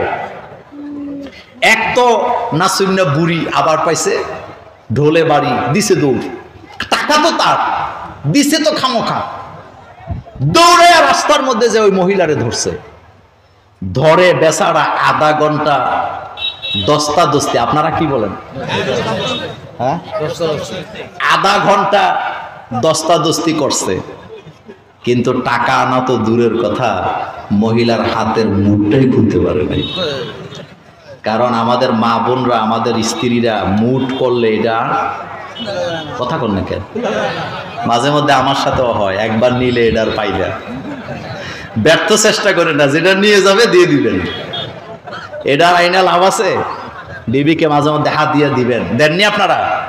দিবেন, এটা সুন্নাহ। সেই ওয়াজ তো আর আজকে করি নাই। আধা ঘন্টা পর ছেলেটা হাঁপাইতে হাঁপাইতে বিচারপতির কাছে এসে বলতেছে স্যার 5 দিরহাম গেছিল, হেডেই তো ভালো আছিল, এখন তো টাকাও গেছে এনার্জিও গেছে। বিচারপতি বলতেছে কেন? আধা ঘন্টা ছাপক দস্তাদস্তি করলাম, টাকা আনা তো দূরের কথা, মহিলার মুঠটাই তো খুলতে পারি নাই। মুঠ বলেন আপনারা? মুঠই তো খুলতে পারি নাই। বিচারপতি 2জন পুলিশ পাঠাচ্ছে, যা ওরে ধরে নিয়ে আসো। এবার মহিলাকে নিয়ে আসছে, এই পাশে দাঁড়া করায় বলতেছে তুমি যুবককে 10 দিরহাম জরিমানা দাও। কত? 10। বাড়ছে না কমছে? মহিলা চোখ রাঙ্গায় বলতেছে এক তো দিলেন 5 দিরহাম, আবার সে আমার রাস্তায় যে হামলা চালাইছে, আপনি ওইটার বিচার না করে উল্টা 10 দিরহাম। বিচারপতি বলতেছে তুমি মিথ্যা মামলা করছো, কারণ যেই পুরুষ যেই যুবক তোমার হাতের মুঠটাই খুলতে পারে না, সেই যুবক তোমার সাথে জিনা করলো কেমন? বিচারপতি হইতে হইলে মাথার মধ্যে ঘিলু লাগে। টাকার জোরে বিচারপতি হইয়া কোরআনের পাখিদের বিরুদ্ধে রায় দিলে ভারতের সীমানায় যাইয়া কলা পাতায় শোয়া লাগে। কথা বুঝাইতে পারি নাই? কথা বুঝাইতে পারি নাই? গিলু লাগে, বিচারপতি হইতে গিলু লাগে। এমনি এমনি বিচারপতি হওয়া যায় না। সেদিকে গেলাম না আমার কলিজার ভাইয়েরা, আমাদের রবকে। মুসা আলাইহিস সালামের সাথে ফেরাউনের দ্বন্দ্ব এটা নিয়ে। ফেরাউন বলতেছে আনা রব্বুকুমুল আলা, আমি তো বড় রব, আবার রবকে আনা রব্বুকুমুল আলা, আমি তোমাদের বড় রব। সে কি বড় রব? চিল্লায় বলেন সে কি বড় রব? কষ্টের কথা বলি, কয়েকদিন আগে একটা ভিডিওতে দেখলাম, আমাদের দেশে যিনি চলে গেছে তিনি বলতেছে তার বোন নাকি তাকে বলছে যে আপনি 20 কোটি মানুষকে খাওয়াইতে পারেন, 10 লক্ষ রোহিঙ্গাকে খাওয়াইতে পারবেন না? তাদেরকে নিয়ে আসেন, আপনি তাদেরকে খাওয়ান। আমি ওনাকে ছোট করার জন্য কথা বলছি না, কিন্তু আমি আমার বুকে হাত দিয়ে বলছি উনি যে বলেছেন 20 কোটি মানুষকে উনি খাওয়াইছে, এটা মিথ্যা কথা। কারণ ওনার জীবনে উনি আমাকে 1 লোকমা ভাতও খাওয়ায় নাই। খাওয়াইছে কি আমাদের? এই যুবক জোরে বলো, কে খাওয়াইছেন? এই যুগে যুগে যারা এরকম তারা এগুলোই বলে, আমি খাওয়াই, আমি পড়াই। ফেরাউনও সেম কথা বলছে, আনা রব্বুকুমুল আলা, আমি তো তোমাদের বড় রব। আবার রব কোত্থেকে? এবার আল্লাহ পাক সুবানিটা কেমন দিছিল? কোন জায়গায় দিছে? চিল্লায় বলো কোথায়? এবার খেয়াল করেন, আমি 2 নম্বর আয়াতে যেতে চাই। আল্লাহ রাব্বুল আলামিন বলছেন, কুল আউযু বিরাব্বিন নাস, হে নবী আপনি বলেন আমি আশ্রয় চাই মানুষের রবের কাছে। মালিকিন নাস, মানুষের মালিকের কাছে। দিনাজপুরের ভাইয়েরা, ভবিষ্যতে দেখা হবে কিনা আমি গ্যারান্টি দিতে পারি না, কিন্তু একটা কথার জবাব দেন, মানুষের মালিক কে? খবরদার, এই মানুষের মালিক হচ্ছে আল্লাহ। হোক লোকটা হিন্দু, তার মালিকও আল্লাহ। হোক সে খ্রিস্টান, তার মালিকও আল্লাহ। হোক সে গরিব, তার মালিকও আল্লাহ। তার উপরে যদি আপনি অত্যাচার করেন, মানুষের মালিক আপনাকে ছেড়ে দিবে না। এটা কার ওয়াদা? আমার কলিজার ভাইয়েরা, মালিকিন নাস, মানুষের মালিক হচ্ছে আল্লাহ। আর এই আল্লাহর গোলামদের উপরে, অর্থাৎ মানুষের মালিক আল্লাহ, এই মানুষের উপরে যুগে যুগে যারাই অত্যাচার করছে, একটারেও আল্লাহ ইজ্জত নিয়ে দুনিয়া থেকে যেতে দেয় নাই। এই পৃথিবীতে সর্বপ্রথম অত্যাচারী ব্যক্তি হলো কাবিল। কথা কন না? কে? নিজের ভাইয়ের উপরে অত্যাচার করেছে। ভাইকে সামনাসামনি দাঁড়ায়া বলতেছে লা আক্তুলান্নাকা, আমি তোমাকে হত্যা করব। ভাই জবাব দিলেন, লা ইন বাসাত্তা ইলাইয়া ইয়াদাকা লিতাকতুলানি, তুমি যদি আমার দিকে তোমার হাতকে প্রসারিত করো আমাকে হত্যা করার জন্য, আমি তোমাকে হত্যা করব না। ইন্নী আখাফুল্লাহ, কারণ আমি ভয় পাই কাকে? ভাই ভাইয়ের উপর অত্যাচার করার কারণে আল্লাহ কোরআনে জানা দিছে কাবিল হলো জাহান্নামী, সারাটা জীবন জাহান্নামে জ্বলবে। মানুষ, যত মানুষ হত্যা করা হয় এই জায়গা থেকে গুনাহ কাবিলও ভাগ পাবে। আর আমার বাংলাদেশের ভাই ভাইয়ে বাবার বাড়িটা 5%, 5% জায়গার ভিতরে 50% জায়গা বরাদ করা, বাকিটা খালি জায়গা। এই জায়গা নিয়ে ধাক্কাধাক্কি কইরা নরম ভাইটাকে গর্তের মধ্যে নিয়ে বাড়ি বানাইতে দেয়, এমন ভাই আমাদের দিনাজপুরে না। আমি বোধহয় কথাটা বুঝাইতে পারি নাই। বাবার বাড়ি হলো 5 শতক। কয় শতক? 5 শতকের ভিতরে 2.5%, আপনারা শতকই তো বলেন নাকি, 2.5% ভরাট করা বাড়ি, বাকি 2.5% খাল। এই তো বুঝছি, আপনারা আমাকে সাপোর্ট দেন। বাড়ি 2.5% কি? এখন এটা নিয়ে ঝগড়া আছে না নাই? কয় জায়গা সমান সমান তো, কিন্তু তুই নেবি খাল, আমি নেবো বাড়ি। এমন চালাক ভাই আজকের মাহফিলে একজন না। আজকে কোরআন সামনে নিয়ে ফতোয়া দিয়ে গেলাম, বাইকে ঠকাইছো, জীবনেও শান্তি পাবো না। আল্লাহ রাসূল হাদিসে বলেছেন 3 ব্যক্তি মৃত্যুর আগে শাস্তি না পাইয়া মরবে না। 3টা পাপের শাস্তি। 1 নম্বরে কাতে রেহেব, যারা রক্তের সম্পর্ক ছিন্ন করে, রক্তের সাথে বেঈমানি করে, দুনিয়াতে তাদেরকে শাস্তি না দিয়া মৃত্যু দিবে না কে? আরেক হাদিসে রাসূল বলছেন লা ইয়াদখুলুল জান্নাহ কাতে রেহেম, যারা রক্তের সম্পর্ক ছিন্ন করে, যেমন বোনের সাথে, ভাইয়ের সাথে, ফুফুদের সাথে, চাচাদের সাথে, চাচিদের সাথে, জ্যাঠাদের সাথে যারা রক্তের সম্পর্ক ছিন্ন করে, যত বড় আলেম হোক, যত বড় নেতা হোক, আল্লাহর জান্নাতে যেতে পারবে না। বোনের হক দেয় না, এরকমের লোক আজকের মাহফিলে নাই। জমি জামা ভাগ করার সময় ভাইয়েরা বাড়ি ঘর জমি ভালো ভালো নিয়ে যায়, কিছু কিছু আছে চালাক, বোনদের জন্য ওই যে কি ডাঙ্গা, গুগুডাঙ্গা বলেন, কি ডাঙ্গা, ওই গুগুডাঙ্গার মাঝখানে 2 শতক। বোনেরা আয়েশা বলতেছে আমরাও তো বাপের ঘরে হইছিলাম, কোরআনের আইনে তো আমাদের জন্য বাপের সম্পত্তিতে সম্পদ আছে, আমাদেরটা কই? ওই যে বলছে যুবক, এবার দেখায় দে তোমাদেরটা খাই নাই, আমরা কারো সম্পদ খাই না, তো রাখছো কই? ওই গুরু ডাঙ্গা। এমন ভাই আল্লাহর আদালতে আসামি হওয়া লাগবে। মসজিদ বানাইছেন, মাদ্রাসা বানাইছেন, তাফসীর মাহফিলের আয়োজন করেছেন, তাহাজ্জুদ পড়েছ, উমরা করেছ, বোনের হক দেশ নাই, আল্লাহর জান্নাতে যেতে পারবি না। আমি ফতুয়া দিয়ে গেলাম, পারবি না জান্নাতে যেতে, ধরা পড়বি তুই। 100 বোনকে ঠকানো যাবে। আর আমাদের বাংলাদেশে একটা কথা বলে, অংশ নিলে নাকি ধ্বংস হয়। এগুলি কুফুরি কথা, এগুলা কুফুরি কথা, আল্লাহর কোরআনের আইনের বিরুদ্ধের কথা।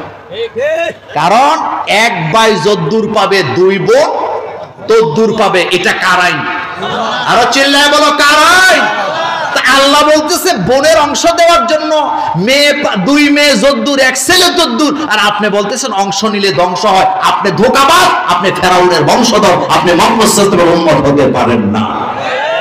কারণ রাসূল সাল্লাল্লাহু আলাইহি ওয়াসাল্লামের ফয়সালা যারা মানে না, আল্লাহর ফয়সালা যারা মানে না, ওয়ালাম ইয়াহকুম বিমা আনজালাল্লাহ ফাউলাইকা হুমুল কাফিরুন ফাউলাইকা হুমুজ জালিমুন ফাউলাইকা হুমুল ফাসিকুন। তারা জালেম, তারা কাফের, তারা ফাসিক। এখন বোনের অংশ দিতে হবে, এটা আইনটা কার? আল্লাহ। কিন্তু মানতে রাজি না। রাসূল কারীম সাল্লাল্লাহু আলাইহি ওয়াসাল্লাম মুসলিম শরীফের হাদিসে বলেছে, কোন ভাই যদি একটা বোনকে লালন পালন করে বাবার অনুপস্থিতিতে, এমন ঘটনা ঘটে না? বাপ মরে গেছে, বড় ভাই বোনদেরকে পালে।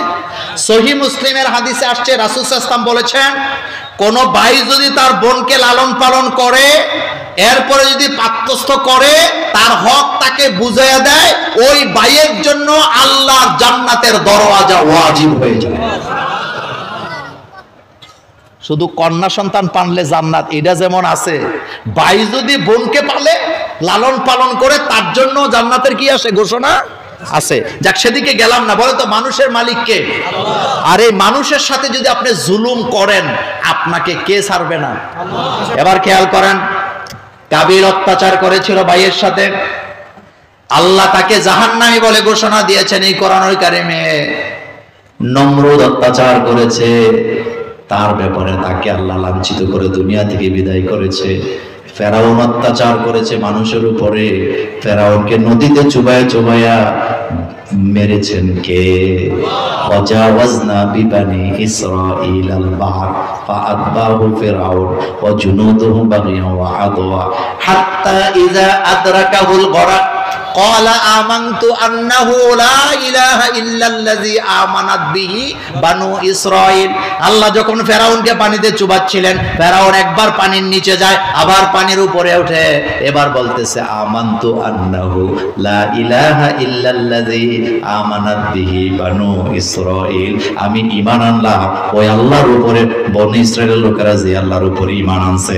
এখন আপনি একটু খেয়াল করে দেখেন, ফেরাউন বিপদে পড়া আল্লাহর উপরে ঈমান আনে, আল্লাহর জিকির করে, আর আমার বাংলাদেশের নেতা বিপদে পড়লে দাড়ি কামায়া ফেলায়, এমন নেতা আছে না?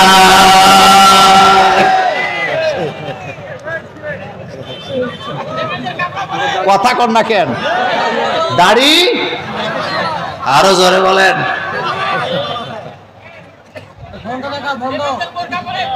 উস্তাদ সৈয়দ আবুল আলা মওদুদী রাহিমাহুল্লাহ, তিনি একটা দারুণ কথা বলে গেছেন। তিনি বলেছেন, দাড়ি যদি আগে গালে গজায়, হৃদয়ে যদি দাড়ি না গজায়, এই দাড়ি বিপদে পড়লে টিকে না। আর দাড়ি যদি আগে হৃদয়ে গজায়, গালে যদি পরে দাড়ি উঠে, এই দাড়ি ফাঁসির মঞ্চে নিয়ে গেলেও এই দাড়ি সে ছেড়ে দেয় না। কথা বুঝাইতে পারি নাই?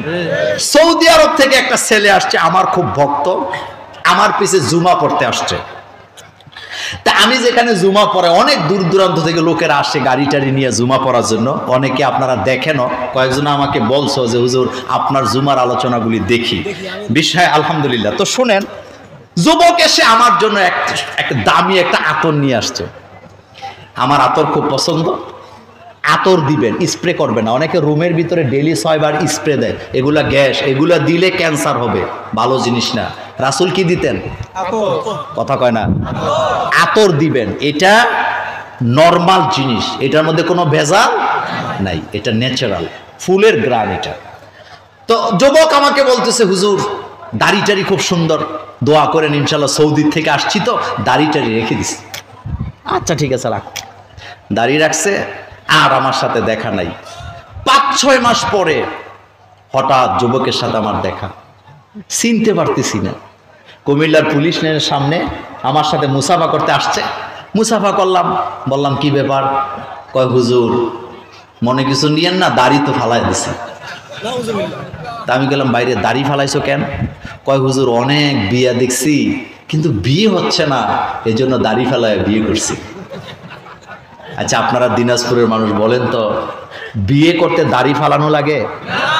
আমরা হুজুররা বোধহয় বিয়ে টিয়া করছি না। কথা কন না কেন? হ্যাঁ, হুজুরদের দাড়ি নেই। হ্যাঁ, আচ্ছা বলেন তো যুগে যুগে দাড়িওয়ালা মানুষের জন্য নারীরা পাগল ছিল নাকি দাড়ি ছাড়া? ইব্রাহিম আলাইহিস সালামের জন্য যে হযরতে সারা বিয়ের প্রস্তাবে রাজি হয়েছিলেন, দাড়ি ছিল কি ছিল না? ইসুফ আলাইহিস সালামের বোধহয় দাড়ি ছিল না। কথা কয় না কেন? খাদিজাতুল কুবরা, আকাশের নিচে জমিনের উপরে এত মর্যাদার নারী নাই, রাসূলকে বিয়ে করলেন, রাসূলের বোধহয় দাড়ি ছিল না। 9 বছরের আয়েশা, মা আয়েশা রাসূলকে বিয়ে করলেন, রাসূল সাল্লাল্লাহু আলাইহি ওয়াসাল্লামের বোধহয় দাড়ি ছিল না। মা আয়েশা রাসূলকে কতটা ভালোবাসতেন। সকালবেলা তিনি তখন প্রেসিডেন্ট, আমার রাসূল তখন প্রেসিডেন্ট। রাসূল তখন কি প্রেসিডেন্ট? আস্তে কয়, রাসূল প্রেসিডেন্ট ছিলেন না, আর আস্তে কন। রাসূল সেনাপ্রধান ছিলেন না, রাসূল সাল্লাল্লাহু আলাইহি ওয়াসাল্লাম খতিব ছিলেন না, প্রধান বিচারপতি ছিলেন না, ছিলেন না কোনটা? রাসূল তখন প্রেসিডেন্ট। ইসুফ আলাইহিস সালাম প্রেসিডেন্ট ছিল না? আর আমরা মোল্লারা এখন প্রেসিডেন্ট হইতে চাইলে হুজুরদের রাজনীতির দরকার কি? তো রাজনীতি এত খারাপ হলে তুই রাজনীতি করস কি লিগে? কথা ঠিক না? হযরতে ইউসুফ আলাইহিস সালাম যে রাষ্ট্রপ্রধান হইলেন, প্রেসিডেন্ট হইলেন, ইউসুফ আলাইহিস সালাম বলতেছে রব্বি কাদ আতাইতানি মিনাল মুলকি ওয়া আল্লামতানি মিন তাওয়িলিল আহাদিস। হযরত ইউসুফ আলাইহিস সালাম প্রেসিডেন্ট হওয়ার পরে বলতেছে আল্লাহ রাষ্ট্রপ্রধান আমি হতে চাই নাই, তুমি আমাকে রাষ্ট্রপ্রধান বানাইছো। রাষ্ট্র কেমনে চালায় আমি জানতাম না, তুমি আমাকে পদ্ধতি শিখাইছো। আমার দিনাজপুরের ভাইয়েরা তাহলে বোঝা গেল যে আল্লাহ নামাজ শিখায় সে আল্লাহ রাষ্ট্র চালনা শিখায় কি শিখায় না? রব্বি কাদ আতাইতানি মিনাল মুলকি ওয়া আল্লামতানি, তুমি আমাকে শিখাইছো রাষ্ট্র চালায় কেমনে, তুমি আমাকে শিখাইছো। সুবহানাল্লাহ পড়েন। হযরতে রাসূল করিম সাল্লাল্লাহু আলাইহি ওয়াসাল্লাম তখন প্রেসিডেন্ট। আম্মা জান আয়েশাকে বলতেছে আয়েশা রাতের বেলা আমার ফিরতে দেরি হবে, তুমি আমার জন্য রুটি আর তরকারি রান্না করে রাখবা, ঘরে এসে একসাথে দুইজনে খাবো। সুবহানাল্লাহ পড়েন। মা আয়েশা বলেন আমার বয়স কম, রাসূল সারাদিন আমার কাছে নাই। নতুন নতুন যখন বিয়ে হয় মেয়েরা কম ঘুমায় না বেশি ঘুমায়? কথা কয় না দিনাজপুরের মানুষ? আর আমার দেশে নতুন বধূদের দোষ ধরার জন্য একদল মানুষ চ্যাম্পিয়ন আছে না? নতুন বধূ আপনারা কি বলেন? নতুন বউ। নতুন বউ যখন শ্বশুর বাড়িতে আসে হাসলেও দোষ, না হাসলেও দোষ। কথা কন না কেন? কথা বললেও দোষ, না বললেও দোষ। খাইলেও দোষ, না খাইলেও, ঘুমাইলেও দোষ, না ঘুমাইলেও। না হাসলে কয় গান্ধামুখী, আপনারা কি বলে? হ্যাঁ, গম্ভীর। কি বলে? আর যদি হাসে কয় লজ্জা নাই, খালি হাসে। কথা যদি না বলে কয় কারোর সাথে মিশতেই পারে না, কি বউ নিয়ে আইছে। কথা বেশি কয় বাসাল। কথা কর না কেন? আরো জোরে বলেন। এমন ঘটনা আপনাদের দিনাজপুরে না? মা এসে বলেন, আমি ছোট মানুষ, আমার অনেক ঘুম। তখন আমি একটা পাতিলার মধ্যে আটা নিয়ে খামির করছিলাম, কখন যে ঘুম আসছে আমি জানি না। আমি কাইট হয়ে ঘুমায় গেছি। আমার খামির গুলা দুইটা বকরির বাচ্চা এসে খেয়ে ফেলেছে। রাতের বেলা ক্ষুধার্ত রাসূল রাষ্ট্র পরিচালনার পরে আমার ঘরে ঢুকলেন। ঢুকে দেখছে রাসূল আমি ঘুমায় আছি, আমার খবর নাই। বিশ্ব নবী রহমাতুল্লিল আলামিন, ক্লান্ত ক্ষুধার্ত নবী, আমাকে একটা ডাকও দেয় নাই। নিজের হাতে খামির আটা নিয়ে খামির বানায়া, রুটি বানায়া, তরকারি রান্না করে গালের মধ্যে চিমটা দিয়ে বলতেছে, আয়েশা রে উঠো, একসাথে তোমার জন্য খাবার রেডি করেছে। আপনি আপনার বউ যদি এই কাজ করতো, স্ত্রী যদি এই কাজ করতো, আপনি তো তারে ফুটবল খেলতেন। আপনাদের এলাকা তালাক নাই? আমি কুমিল্লাতে এক জায়গায় ছিলাম, জুমা পড়াইতাম। সকালবেলা এক ওই যে টেম্পু ছিল আগে, আপনারা কথা কনা মুরব্বীরা, টেম্পু ছিল না সিএনজির আগে, টেম্পু চালায় আইছে রাতের বেলা, রান্না করতে দেরি হয়েছে, বউরে তালাক দিছে। এখন সকালে মাসালা জানতে আইছে, হুজুর মাসালা বলেন তালাক হয়েছে কিনা? আমি রাগের চোটে তালাক দিছি।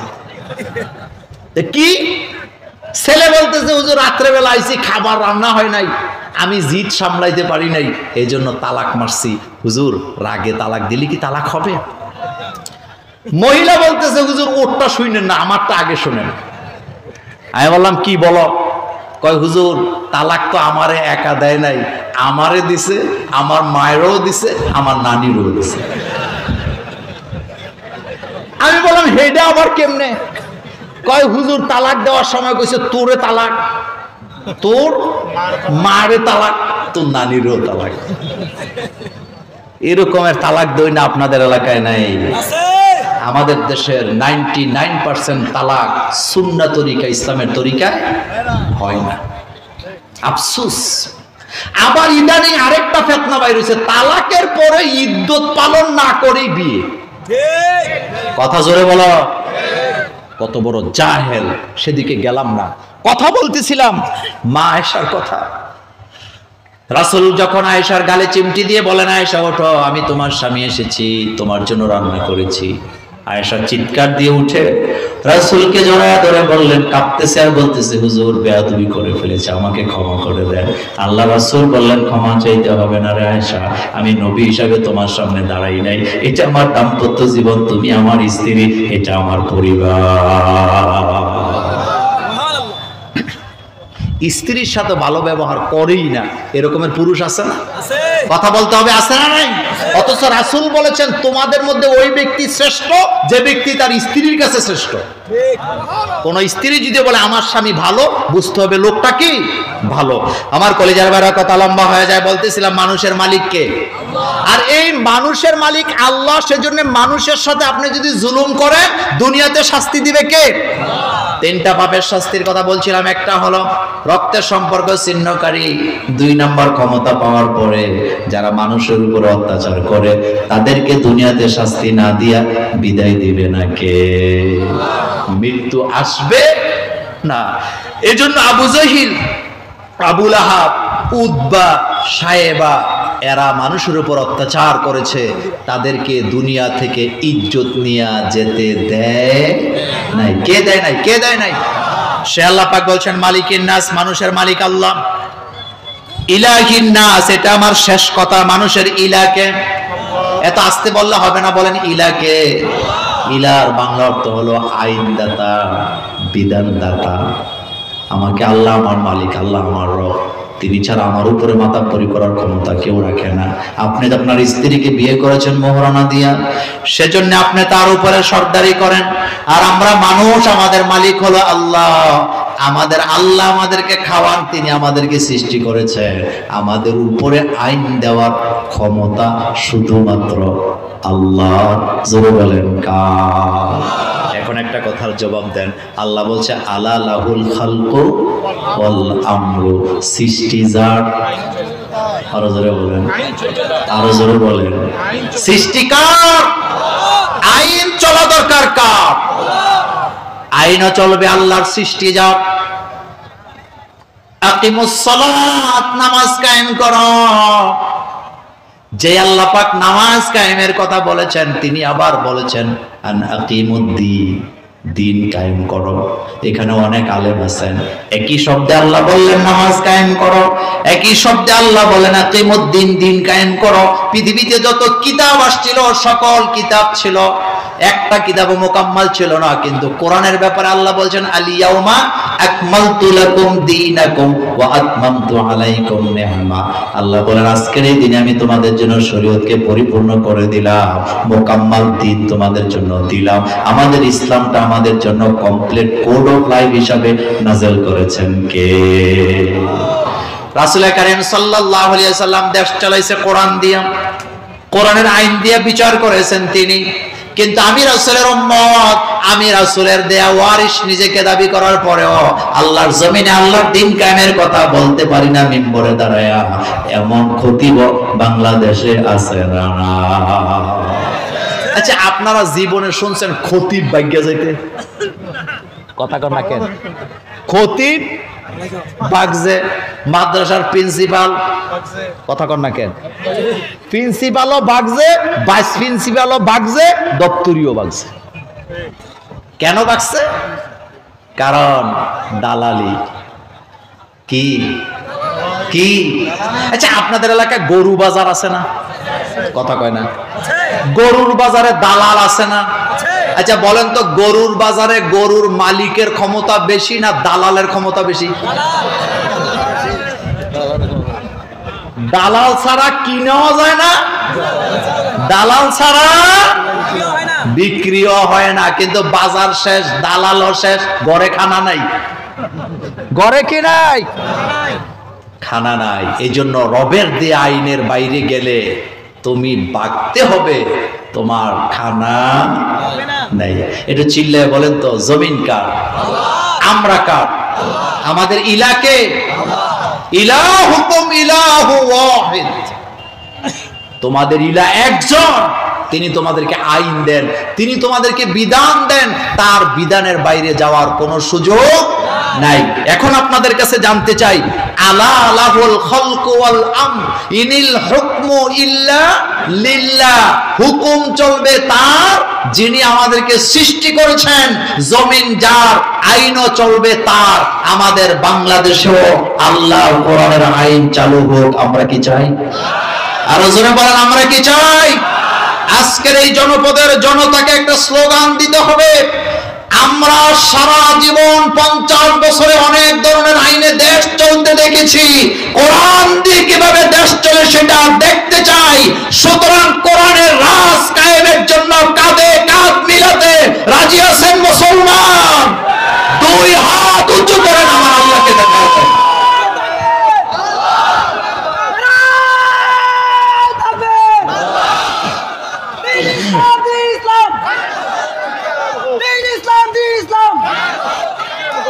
আল্লাহ যেন আমাদেরকে কবুল করেন, আমরা বলি আমিন। আরো জোরে বলি আমিন। আমার কলিজার ভাইয়েরা, ইচ্ছা ছিল আরো কথা বলি, কিন্তু আমি মূলত 12 ঘন্টা জার্নি করে আপনাদের এই একটা প্রোগ্রামের জন্য আমি আসছি। আবার আমাকে 14 ঘন্টা জার্নি করে আমাকে আরেকটা প্রোগ্রামে যাওয়া লাগবে। আমি রোবট নই, আমি একজন মানুষ। ইনশাআল্লাহ ভবিষ্যতে যদি আবারও সুযোগ পাই, আবারও দেখা হবে, আবারও কথা হবে কোরআন থেকে ইনশাআল্লাহ। আমাদের মধ্যে কোনো দলাদলি নাই। ইসলামের জন্য, কোরআনের জন্য আমরা কয় দল? কার দল? আল্লাহ যেন আমাদেরকে কবুল করেন।